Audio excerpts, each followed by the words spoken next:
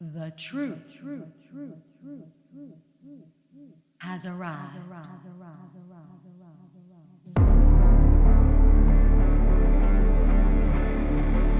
My name is Jonathan Gilliam, and this is The Experts.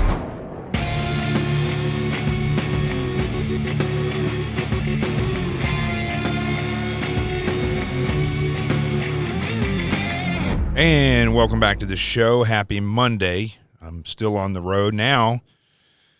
I'm in Missouri for the night, and I will be heading to Arkansas, and I'm going to be casting my vote. No hiding who I'm voting for. I think it's quite obvious that the president of the United States, Donald J. Trump, should be the next president of the United States. We should stay with 45, and so that's what I'm going to be doing. I'm going to be voting for the president and seeing my mom, and then heading back. I'm just going to be heading all over the place. I'll put it to you that way. But most importantly, I'm going to be in Florida at the UDT SEAL Museum on November 7th for the 35th annual muster. If you have not been to that before, you should go to it because there's an incredible demonstration of what the SEALs' capabilities are, and you get to meet a lot of SEALs, and there's just a lot of stuff going on. You'll want to be a part of that. Usually the crowds swell. I mean, there's thousands and thousands of people that show up for this. I hope and pray that they don't let this COVID, I don't know if I can call it a crisis or not. I mean, it's a crisis because it's been made into a crisis, but I hope they don't let that keep them from going. If you want to go. It's at Fort Pierce down in Florida, and I'd love to see you down there. I'm going to be the keynote speaker for that. One of the most incredible honors of my life, being able to speak in front of all these people and represent the SEAL community. It's pretty amazing to be able to do that, and in front of a lot of SEALs. There's no stress with that whatsoever, I guess, right? If you know SEALs like I know SEALs, it's very stressful. So, but I'm telling you, I'm looking forward to it. And again, the honor it's just amazing. I mean, to be able to go down there and be a part of this legacy that is really just, I mean, the SEALs, you see all the stuff, you hear about the training, you see all the movies and the books and the guys and stuff, but here's the reality, folks. There has not been a major conflict since the SEALs were created that they have not been at the very tip of the spear. And not just there, like DC is there, DC is on the spear of politics, but They're basically bend it, mold it, and reshape it however they want. It's not effective. The SEALs are very effective in what they do, and they've been doing it since they were created. And I would suggest, if you get a chance, go to the museum, the UDT SEAL Museum. Go to their website and look at the history of the SEALs. It's incredibly amazing how it started, and the naked warrior, and that's the statues that you see. He's not completely naked. He's got shorts on, but naked. They call him the naked warrior for a reason. I'm not going to tell you what that reason is, not on today's show. I want you to go look it up if you listen to this, and go look up the history. One thing that I'm trying to preach to people is stop expecting, podcasters or the internet to tell you everything. You need to start getting in the habit of researching yourself. The reason why we're in the position that we're in right now, one of the reasons in this country we're in this position, and really the world, is because our phones have become too smart. And as I always say, the smarter our phones become, the dumber we become, because people stop looking things up and they just take it for granted. People say SEALs are badasses. Okay, they just take it for granted. I saw that video. Go look up the history. Realize that there are men, real human beings behind this doing unbelievable, I wouldn't say superhuman things. It wouldn't be superhuman. There's only been one superhuman, and that's Jesus Christ. Jesus the Christ. Most people don't realize his last name was not Christ. Christ means the Messiah. I don't actually know if I've ever seen in history what Jesus' last name was. He was Jewish. Could have been a Jewish last name. I don't know, but most people don't realize that. But anyway, getting back to what I was talking about, the SEALs, when you learn about them through the history and you actually go out and take the time to read these stories, what you're going to see is that, for one, there's more to the story than what is portrayed on television. That's the case with everything. Everything out there, the more you dig, the more you're going to find that there's always different angles to stuff. And when you look at the SEALs and you go to the UDT SEAL Museum webpage and you look this up, what you're going to see is that these are actual human beings, fallible human beings prone to injury, that go out there and just do amazing things because they put their physical limits to the side and they push through that. And that's what's so amazing about it. When you learn about these individuals, about the fact that you're capable, you're a human being, you're capable of this. And what's interesting is when you read these stories and you see what they actually go through, what we go through, what they've done, what these individuals in the stories have done, and you look at yourself, most people will say, gosh, there's no way I could have done that. The reality is you could do that. You can push yourself beyond what your mind and body tells you is you're capable of doing. But most individuals are so stuck in their physical being that they will never reach beyond that capacity of what they feel physically comfortable with. They won't ever go past that. And that's the true the true nature of the men that make it through SEAL training. My class had over 130 that started class 217. I ended up graduating class 218. Not going to go into that right now, but it's a good story. But I went through Hell Week with class 217. And out of the 130, overall, 21 men finished. 11 in the original class, and the other 10 were recycled to class 218. I think some graduated even after that because they got injured, but I think most people graduated in one of the two classes. And I don't know about now. Things have changed a little bit now, but being recycled, I wouldn't say it was common, but there were a lot of guys who would get recycled and graduate with the next class. Usually it was injury related, or maybe they failed a test and they gave them another chance because they saw something in the men, and they would get a second chance to go through. I don't know about now. I don't know how. It's hard to tell what's going on in BUDS. That's SEAL training. Not because they're putting less qualified people through. I mean, the training in and of itself and the cold water, and God blessed the individuals that started this training with insight enough to understand that cold water and running will break most human beings. It just will. The instructors, what they do would break most human beings, but alone the cold water and the running pretty much do everything that the instructors need to be done to most of the people that show up. So not a lot of people finish. But yet when you read these stories and you see the fact that they're human, that these people there's something in them that pushes them to go further. And when you research that, you will see that. That's why I'm kind of staying vague about it, because I want you to look into it. Now, let me just say a little bit more not about the SEALs, but about doing this research. There's always stories behind stories. Some newspapers are reporting that, just on the fringe, some of them aren't even, it's hardly even on Drudge if it's on there at all, about Jewish people being attacked, Jewish Trump supporters being attacked in New York City yesterday for Trump rallies they were having. these leftists, they went in there, they tore. I mean, that's ground zero. It's always ground zero. New York is always ground zero for something. It's not a terrorist attack. It's, it's where the activists go. It's where, whatever. But it's always there.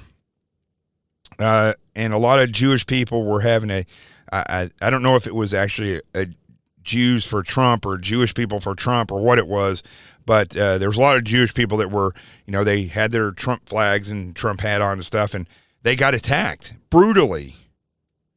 There were leftists in Brooklyn standing over the freeway throwing rocks down on their cars. Now, normally that would be a big deal. You would hear about it in the news. And I watched, by the way, if you get a chance to find the videos of this stuff happening in Times Square where the car stopped and they had these fights. I don't know who the cops are that are showing up there. But what has happened to the NYPD so quickly? They got dudes in uniform showing up with ponytails. I mean, I don't know what that is. I didn't even... I saw that and I couldn't stop and look at it. It bothered me too much. I don't know if that's a auxiliary police officer or what, but I mean, even auxiliary cops shouldn't have ponytails while they're, there's no professionalism left. It's NYPD from what it was even a year ago, even 6 months ago, is not the same department. It's devastated. And the morale is horrible. This is across the country, the same things happen. But NYPD, for those of you who don't know this, at one point was bigger. They still say it is, but there's, again, complicated issue. Got to look at the facts. The NYPD at one point was... it was bigger than most militaries in the world, and they boasted over 40,000 police officers. Then, as those numbers went down, what Bloomberg was the master at doing things that didn't quite, if you looked into it, it wasn't quite what Bloomberg said, but he was a master at doing this. So they didn't have 40,000 police officers anymore. What they did was they took the ticket takers and the traffic people, and they put them in NYPD uniforms, and they just counted them as their numbers of sworn officers. And so it boosted the numbers back up. In reality, it wasn't that, and it's not that now. I'll tell you something else Bloomberg did. For those of you Bloomberg fans out there, Bloomberg, because the graduation levels or just in education in general, New York City was among the lowest in standards in the nation and with the lowest numbers of graduates. So one of the reasons is because they have to take the Regents exam, and that's where they test them on everything that you basically have learned before you graduate. And you pass that, and you get a state diploma. And that allows you to go to, it's a certified state diploma. Well, Bloomberg and his lackeys decided, you know what? We don't have to have a state diploma. Let's just stop having the regents. And so they did that, and New York City then certified the diplomas because the state wouldn't do it if they weren't taking the regents. And all of a sudden, their numbers boosted where they were one of the top graduating schools in the nation. The problem is, now I don't know if this is still the way it is, but I'm pretty sure it probably is because this is the way it was when I left the FBI in 2013. It's probably still this way. All of a sudden, the numbers went up, but these kids couldn't go to a state school or any other school because they weren't state certified diplomas. So these are the tricks that people play. These are the tricks that politicians play. This is what looking at your cell phone and going with whatever the first thing is that you see, or, I did my research. Okay, what research did you do? I went and read the news in multiple locations. That's not research. That's not research. You need to look into it a lot deeper.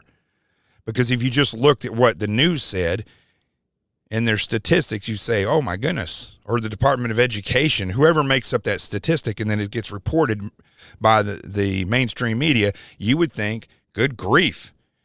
What did they do in New York City to start educating these kids so much better that they just shot to the top? Well, they didn't do anything differently.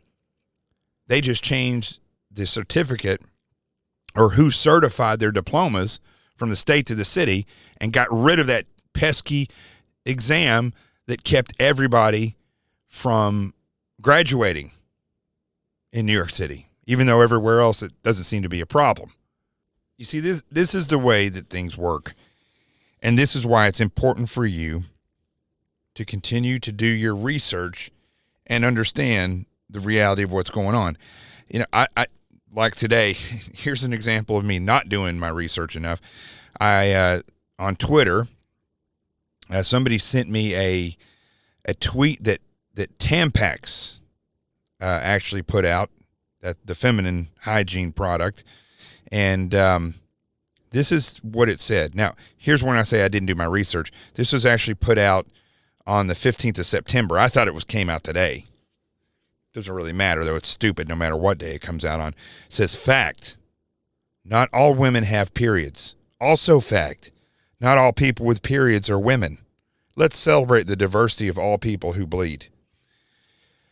So, of course, I couldn't stop tweeting a response to that. My first one was, if a non-female is having a period, menstrual bleeding, they should get to the hospital because it's not a period.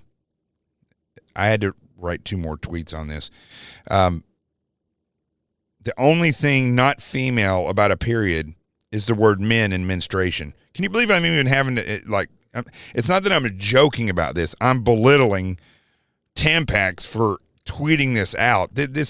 And I think Confucius said it best. This was my 3rd tweet in response to their ridiculous tweet. And it says, Confucius say, Tampax use social issues and woke movement to increase sale of product. Now that very well could be what the motivation was behind this stupid tweet that was actually done in September. But regardless, I would hope that they're just trying to do this for sales, but I don't think that's what it is. I think this is how crazy people are. I remember I was talking to somebody earlier about the debates that they were having early on in the Democrat presidential debates where they were all debating each other. This one, Joe Biden and Kamala Harris did not get along, but it was Julian Castro, who's one of the 2 Castro brothers, total leftist, socialist, communist, Marxist weirdo, and he was saying that this is during the Democrat presidential debate last year. It was saying that male abortions should be paid for by the taxpayers. Now, first of all, abortion should not be paid for by taxpayers. Okay, the taxpayers should not be funding the death of a soul. Secondly, what men are having babies that they have to? I think we're pretty safe in saying that no man is going to have an abortion. So this is how weird the left is. Now, today alone, as I was saying earlier, you know, the Jews were beat up in Manhattan because they support Trump. That's how extreme the left is. I was talking to Nick Ficarello, who is running for Will County executive in Illinois. Went up there and did some stuff with him this past weekend in the GOP for their GOP Jamboree. And Nick was telling me that I cannot believe the number of signs that are being stolen. He's had 40 stolen this past weekend that were out in Will County. And this has happened. This isn't the first time it's happened. So this is happening with Trump signs all the time. I saw a picture on Twitter where they had a dumpster with, I don't know, several hundred Trump signs in there. This, to me, should be a felony, and it should be considered election tampering. But it doesn't make any headlines at all. 40 signs is a lot for a small area in Illinois. It doesn't make any headlines at all because the mainstream media is left, and the left doesn't care about what happens unless it has to do with them. Same thing with the color of somebody's skin, black. The left doesn't care about black people. If they cared about black people, they would have been working to resolve the issue between the inner city and law enforcement years ago. They don't try to resolve anything. They don't care about black people. They only use them when they need votes. They don't care about women's issues. Sorry, women that are out there that consider themselves feminists. First of all, you should do your research and realize that feminism is a construct of the communist left. They just utilize women and the issues of equality in order to get their people in power. That's it. They don't care about you any other time. The hashtag #MeToo is a perfect example. They don't care if somebody that's not politically valuable for them, if they got raped or if they got sexually assaulted. They don't care. They only care if somebody stands up and says, oh, I was sexually assaulted, or somebody thought about assaulting me that is associated with the Republicans or with conservatives or with Christians. That's when the left cares about it. They don't care about women and minorities. They don't care about black people. They don't care about equality. I mean, that's obvious. Is it not obvious? Is it just me? The left, who gets all their votes based on their drive and their the things that they do to ensure quote unquote equality in this nation, right? That is the basis of their lie. Tell me how the left has made anything more equal in this nation. Abraham Lincoln was a Republican. Everything that has happened and occurred in this nation in the past 4 years that has helped to equal the playing field for all people has been done by Donald Trump and by the Americans, not the left. People are so sick and tired. I mean, for many, many, many years, we were fighting to ensure that people were not, that's what affirmative action, which Bill Clinton put into place, affirmative action was put into place to ensure that people would not be discriminated against because of the color of their skin. Now, the left is using the color of people's skin to discriminate and also alienate for political reasons. Do you think for a second that the reason the Democrat Party and the Marxists started Black Lives Matter was because they thought Black Lives Matter? They don't care about black lives. They only care about the black vote and about Marxism, about socialism, about communism, about Satan. That's all they care about. You can say whatever you want about how I'm saying this, but I'm tired of playing patty cakes. I'm tired of sugarcoating everything. This is the reality. They don't care about you. Chaos is in this country because of the left. They embrace criminals. They embrace drug use. They embrace killing unborn children. They embrace letting criminals out of jail. They embrace getting rid of borders, getting rid of border walls, getting rid of immigration, and allowing all. They don't care about policing who comes into this country. They don't care about drugs. They don't care if illegal aliens who've been in this country illegally deported multiple times, which makes them a felon. They don't care if they have a gun and shoot somebody. They don't care about underage. Listen, I'm not going down the road of all this, the left and social media. They hate when people talk about pedophilia. I don't know why that is. Why is it an issue for them? But the left clearly doesn't care about pedophilia. You have people in the Democrat Party that are trying to make it normalized. That's not me saying that. That's not a conspiracy theory. They have people all through the Democrat Party that are trying to make it normalized, and the sentence is less or nothing at all. You have judges that are leftists that are allowing pedophiles and child rapists probation. This is the left. You have a man who's running for president, who was vice president for 8 years, didn't do anything. He's been in politics for over 40 years, hasn't done anything. Tell me, tweet me, direct message me, Facebook, whatever. Tell me what Joe Biden has done for this nation. He's done nothing. He's got eyes as black as demons. It's an act whenever he's talking. It's an act. Whenever he's up in front of the cameras or wherever he goes, the reason he loses his cool when he actually loses it, not when it's an act like he did feigning. I don't even know if he feels anything for his sons, except for Hunter, who's an accomplice in the things that he does. But when he's truly angry and he truly gets upset, it's because he's outside of his element, which is lying. And people call him on that. And that bothers him. It spins him up. Prove me wrong. Show me where that's not the truth. But see, this is the reality. The media will report whatever they want. They'll say it however they want.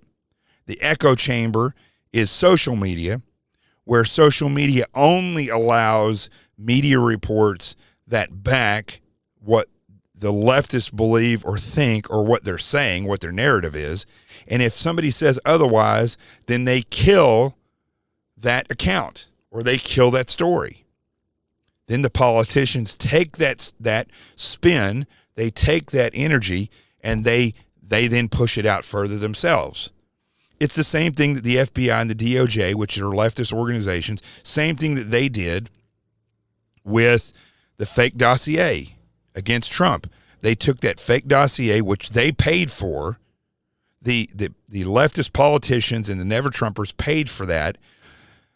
John McCain took it to the FBI and the DOJ as though that wasn't just, an act in and of itself. It was probably already there. They helped do it. The guy who wrote the dossier was a source for the FBI at one point. They make this fake dossier with the help of Russians. That's proven. They take it to the Bureau. The Bureau leaks the information to the media. The media does reports on it. The Bureau then takes those reports and the dossier, and they go to the FISA court, who's probably a fixed judge anyway, probably on the fix as well, and they give the FBI and the DOJ the ability to spy on Americans, President Trump and the rest of them. And don't forget the fact that Obama, through an executive order, allowed the CIA to spy on anybody who's ever applied or been associated with the CIA. All that happened at the same time. There's this entire way that they do these things, and it's occurring on the ground level, and it's occurring at the 30,000-foot level. That's the way we always talk about in the military. You have the 30,000 foot, the 10,000 foot, and then you're on the ground, whatever. You get it. So everything that they are doing now, they've been doing it. It's just that it's more obvious now. And they are getting worse at what they've been doing it's like they stopped caring, so they don't really try anymore. It's like somebody who, which I've seen before, people that don't want to go to, they call in sick or they show up late, and then if the boss doesn't say anything about it, it just becomes a regular part of their routine. And that's what's happening. They've done this stuff for so long, nobody made any waves about it, and now they just do it overtly. They literally, the left, goes as far as doing things where this is regular practice. If you don't realize this, watch it. This is criminal 101.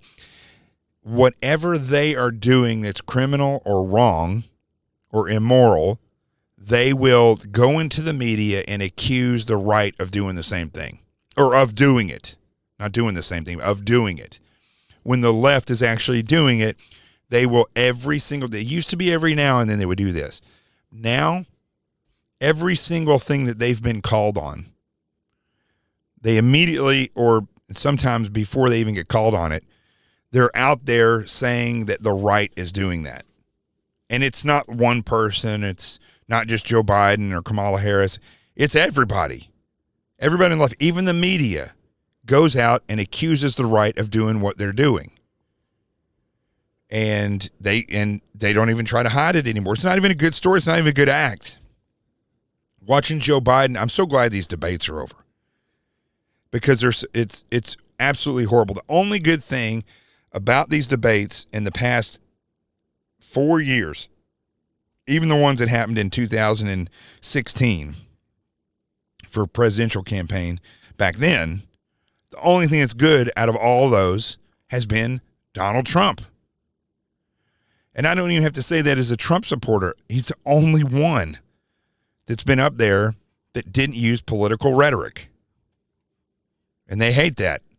But that was kind of the beginning of the end in 2016, 2017.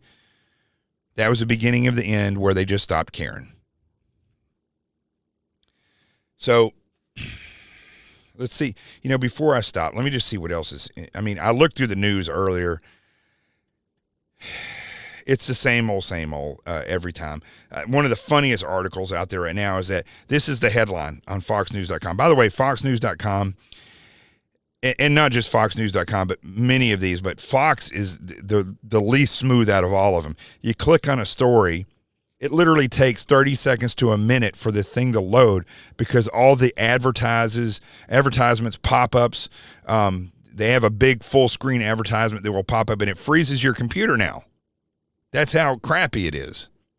And Fox has gone downhill, off a cliff. They didn't even go down a hill. They just went off a cliff. But this headline says, Facebook fears election chaos, preparing these emergency measures. Now, I'll be honest with you, I didn't even read it before I tweeted about it because the only thing we need to hear from social media about emergency procedures have to do with elections is don't block people's accounts based on politics. Just let freedom of speech do its thing and have a backup generator. Otherwise, shut up. They make themselves, they're so self-important. Look, there's no doubt that social media is one of the top 3 ways that we communicate now. Telephone, text, social media. But they've turned it into something that, it's just not. It is only as dangerous as they say because of the things that are happening, because they make it that way. But I will tell you this, having been blocked by Instagram, my account was deleted for no reason except for because I put my political stuff. I didn't even put really crazy political stuff. I just put my show up there, And I was blocked on Facebook for 2 weeks. Suddenly, all of a sudden, that and my Twitter numbers would never go over 24,000. They would get to 24,000, 24,100, and then they would drop. And last week, when all this stuff went down with Twitter blocking the New York Post and Facebook censoring the Post story about Hunter Biden, and the Senate said they were going to subpoena Zuckerberg and Jack to come up there, all of a sudden, all of my numbers on Twitter just exploded. They went 1,000. I gained 1,000 last week. And then, starting yesterday, those numbers started to dwindle back down to the 24,000 level and below. There's something obviously in place, and they reacted to what the Senate was going to say. My account came back right when that was happening on Facebook. But now that you haven't heard anything else about it, it's last week's news.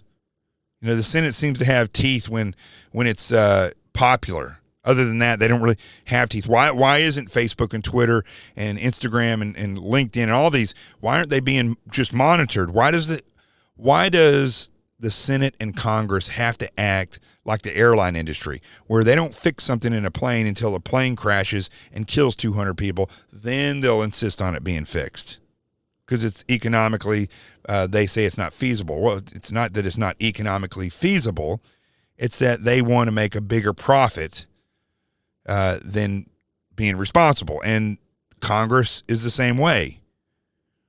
Facebook, you ask anybody who's not a flaming leftist, and they'll tell you there's a real problem with social media platforms, and the reliance is heavily of the population on them.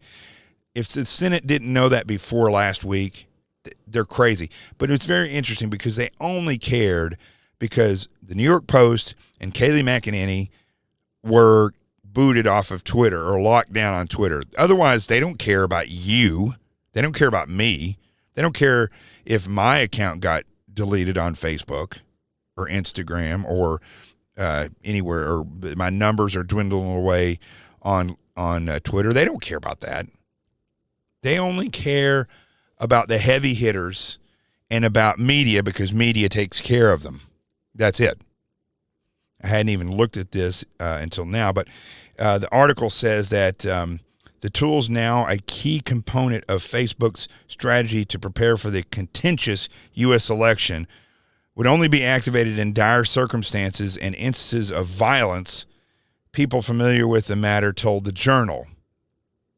I guess that's the Wall Street Journal. You know, it's interesting about the Wall Street Journal. Everybody always thinks that they are Wall Street Journal. That's real news. You know, it's a Wall Street Journal. They're so far left and skewed that it's ridiculous. And you see that with all of these different these different online publications. Hey, by the way, they're saying that if Trump gets reelected, that Christopher Wray is out. A brilliant move. And that Esper, who's Secretary of Defense, may be out as well. Christopher Wray, and I hope the president is learning from this, he cannot put another attorney, another non-agent in the director's position. Whoever becomes a director should not come from DOJ. They should be from law enforcement, and they should have been an agent at one time. And just because somebody is a CEO or most of these DOJ lawyers go back and forth. Christopher Wray, from the people I've talked to, said the guy is in over his head and he's a moron. I think that's clearly evident that he doesn't know what he's doing. Somebody else does these briefings for him a lot of times. A lot of stuff that he says is written by somebody and given to him, and then he goes in these interviews and he says this stuff.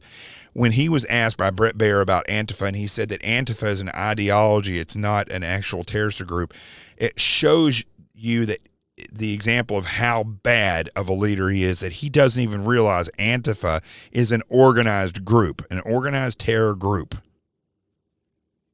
So I'm glad that he's gone. I'm glad that he's out of there. In fact, I think we should start a hashtag, or somebody needs to make a meme, Gilliam for FBI director, or SecDef. I'll take either one. Secretary of Defense, man, I'm telling you, they put the right person in there. They can make massive changes. Massive changes where you take out all the social experimentation or the social restructuring of the military, solely focus on what's effective.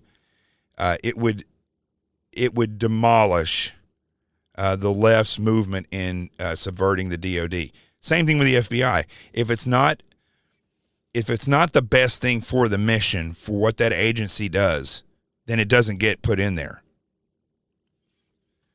And I could do a whole show on that. But it's ridiculous, the people that keep getting in there, because they're all DC orbiting swamp, or as I like to call them, tree branches. I mean, that's all they do is orbit Washington, D.C. If they're not a part of the swampiness by being leftist, then they're part of it by not acting. And that's what Bill Barr, Christopher Wray, Jeff Sessions, that's why we're in the position we're in, because they don't act. They don't act. They're not. I do think Jeff Sessions is just like McCain. I think he's worthless. But Christopher Wray, Bill Barr, guys like that are the swamp that doesn't do anything. They don't rock the boat. They're elitists. Remember, all these people know each other. They all go to the same restaurants, the same churches. Their kids go to the same schools. They shop at the same supermarkets, live in the same neighborhoods. People don't become a general except for two reasons. They're just either badass, or maybe they invented something. I know I've met somebody before who, the guy's a leftist, but he's an admiral because he helped develop GPS. So he became an admiral because of that. So that happens. Or they're leftists. They're political leftists. Look at the majority of the generals who've come out against President Trump. They're all leftists. McChrystal, General McChrystal, Admiral McCraven, Mad Dog Mattis. What a mad dog that guy is, right? It's like a poodle. It's like a poodle that the left carries around like a mad dictator. Now, I'm going to cut it there because I could bitch all day about this, but I want you to think about all the cities in this nation where bad things are happening. What cities have the biggest spikes in crime? They're the same places where they're wanting to defund the police or dissolve the police. They're the same cities where COVID is being mismanaged, where elderly are dying by the thousands. They're not being protected from COVID. They're the same places where businesses are being crushed and the infrastructure is crumbling. It's the same group of people responsible for that are responsible for feminism, Black Lives Matter, for telling you it's no longer that you should not look at the color of somebody's skin, but that you should only recognize them for the color. It's the Democrat Party. They're killing this country. I'm Jonathan Gilliam. This is The Experts. The truth has arrived. Peace, and I'm out of here.